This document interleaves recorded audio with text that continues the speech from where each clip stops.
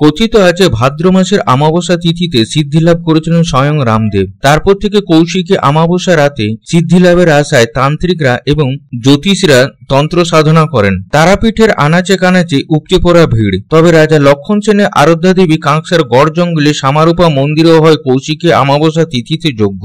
800 KG বেলকাঠ আর 10 KG ঘি দিয়ে নবদ্বীপের শিব ভক্ত ব্রাহ্মণ সমাজ আসেন যজ্ঞ করতে। 12 ঘন্টা ধরে এক নাগাড়ে চলে মন্ত্র উচ্চারণ। তবে সিদ্ধি লাভের আশায় নয়, এই যজ্ঞ সপ্তশতী চণ্ডী মঙ্গল যজ্ঞ। সারা পৃথিবীর মানুষের মঙ্গল কামনা করা হয়। কৌশিকী অমাবস্যা তিথিতে কাঁকসার গড় জঙ্গলে সামারূপা মন্দিরে রাজ্যের ব্যতিক্রমী এই যজ্ঞ দূর দূরান্তে ভক্তদেরও সমাগম হয়। নবদ্বীপের শিবভক্ত বাবুলাল গোস্বামী বলেন, গত 10 বছর ধরে সুরত রাজা এবং লক্ষণ সেনের গড় জঙ্গলের মাঝে সামরূপের মন্দিরে আসি যজ্ঞ করতে। দেশের বিভিন্ন প্রান্তে অধর্মের ঘটনা ঘটছে, সেই অধর্মের বিনাশের সাথে সারা পৃথিবীর মানুষের মঙ্গল কামনা করি। কৌশিকী অমাবস্যা তিথিতে সপ্তশতী চণ্ডী মঙ্গল যজ্ঞ রাজ্যের মধ্যে এই মন্দিরেই হয়। আমরা যজ্ঞ শেষে নরনারায়ণ সেবারও ব্যবস্থা করা হয়। ব্রাহ্মণ নবদ্বীপের পণ্ডিত সমাজ। কত বছর ধরে হচ্ছে? এইটা মোটামুটি তাও 10-12 বছর ধরে করছি আমরা এখানে। কতজন আছেন? আমরা নবদ্বীপ থেকে এখানে 50-52 জন আসি। কৌশিকী অমাবস্যা উপলক্ষে আসি। নবদ্বীপ এক শিব মন্দির আছে, যোগনাথ শিব মন্দির। সেই যোগনাথ শিব মন্দিরের ভক্তবৃন্দরা এটা নিজেরা খরচা দিয়ে এখানে এসে হোমটা করে, সবার মানে মঙ্গলের জন্য, পৃথিবীর মঙ্গলের জন্য মঙ্গল যজ্ঞ। হ্যাঁ, মঙ্গল যজ্ঞ করি। এটা সপ্তশতী চণ্ডী হোম। না, আর কোথাও হয় না। এখানে 800 কেজি কাঠ জ্বলে। 800 কেজি কাঠ জ্বলে, 1.5 টিন ঘি পড়ে, কাজু বাদাম, কিশমিশ, আখরোট, এগুলো অনেক কিছু আছে হোমের দিই আমরা। তারাপীঠে তো অনেকজন যায়। তারাপীঠে এখানে কি মঙ্গল যজ্ঞই করা হয়? এখানে মঙ্গল যজ্ঞই করা হয়। এখানে হইচই নেই, চেঁচামেচি নেই, নিস্তব্ধে পুজোটা হচ্ছে, এইটাই আমাদের লাভ। অন্যদিকে সামারূপ মন্দিরের সেবায়ত সন্তোষ রায় বলেন, মায়ের মন্দিরে কৌশিকী অমাবস্যা তিথিতে অনেকেই আসেন পুজো দিতে।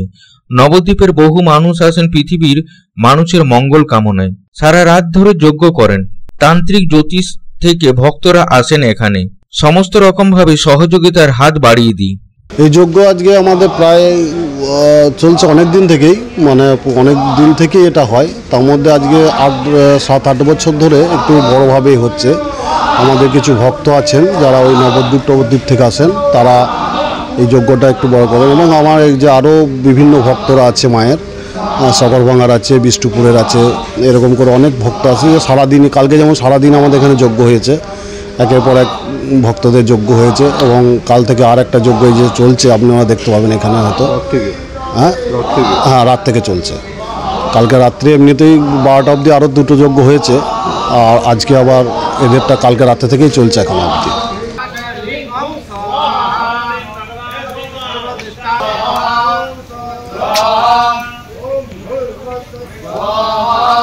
এখানে দোকানও তো নেই।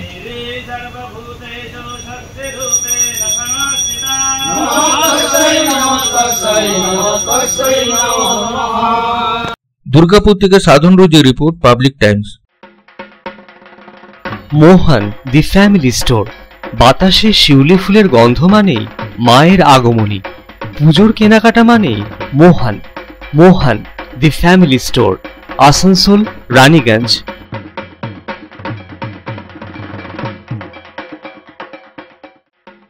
दुर्गा पूजा हो या दीपावली या हो कोई भी उत्सव, कपड़ों की खरीदारी के लिए आपकी पहली पसंद मोहन दी फैमिली स्टोर।